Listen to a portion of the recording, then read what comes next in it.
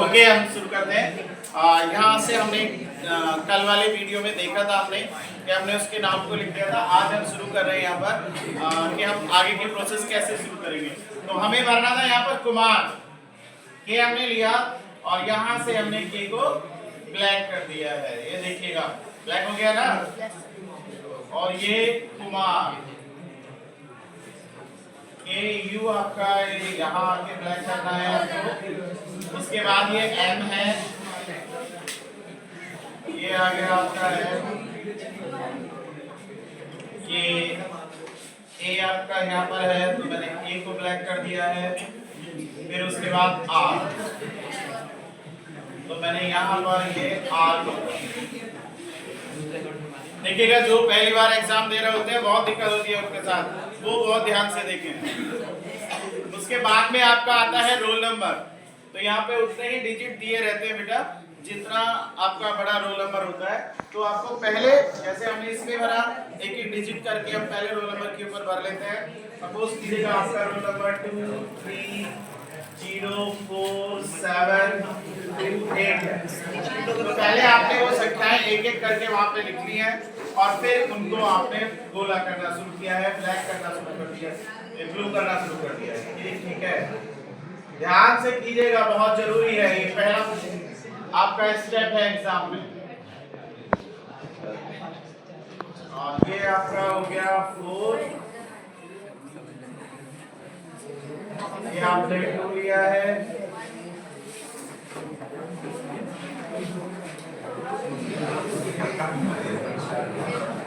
और ये आपका हो गया है। ध्यान से सुनिएगा ये लोग, ये आपके बहुत काम आने वाला है। उसके बाद में आपका आता है बेटा सब्जेक्ट कोड। एग्जाम हमने यहाँ पे क्या सब्जेक्ट इंग्लिश लिखा है ना, उसका कोड होता है बेटा 184। आप लैंग्वेज पढ़ रहे हैं, आपको पता होना चाहिए। उसका सीबीएसई में कोड है 1844। तो आप यहाँ पर ये उसी तरह से फिर 1 8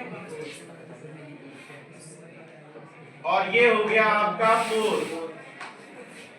ये आपने इसको ब्लैक कर देना है। उसी तरह से आपकी सेंटर की संख्या आएगी यहाँ पर जो आपने फिल कर देनी है। सेंटर का नंबर होगा 4 7 2 8 मान लीजिए दिया है।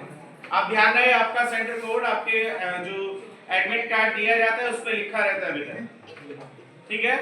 और ये आपने इसको भी इसी तरह से ब्लैक कर देना है।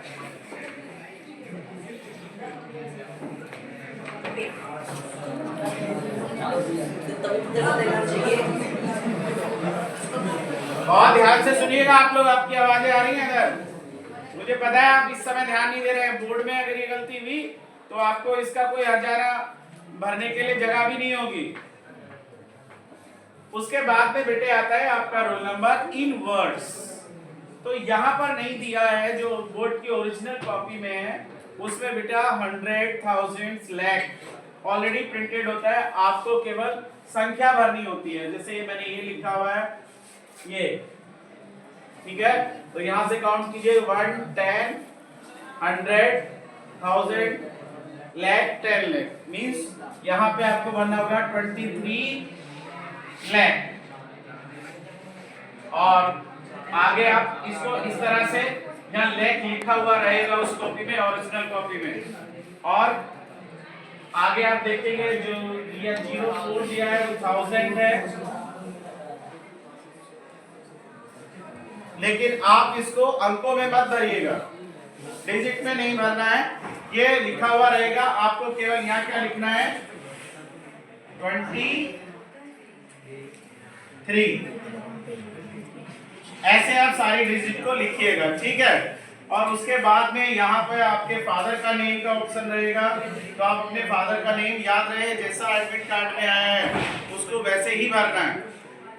कई बार बच्चे सरनेम या कुछ चेंज करते हैं, वो नहीं करना है आपको चेंज। और यहाँ पे आपका रहेगा सिग्नेचर। आप यहाँ अपना नाम लिख के अपना सिग्नेचर कर दीजिएगा, जैसा सिग्नेचर आपके एडमिट कार्ड में आया हुआ है। तो मुझे उम्मीद ये है कि आपको ये सारी चीजें समझ में आई होंगी और आप ध्यान रखेंगे कि ये हमें कैसे करना है आपके एग्जाम के लिए। All the best, thank you.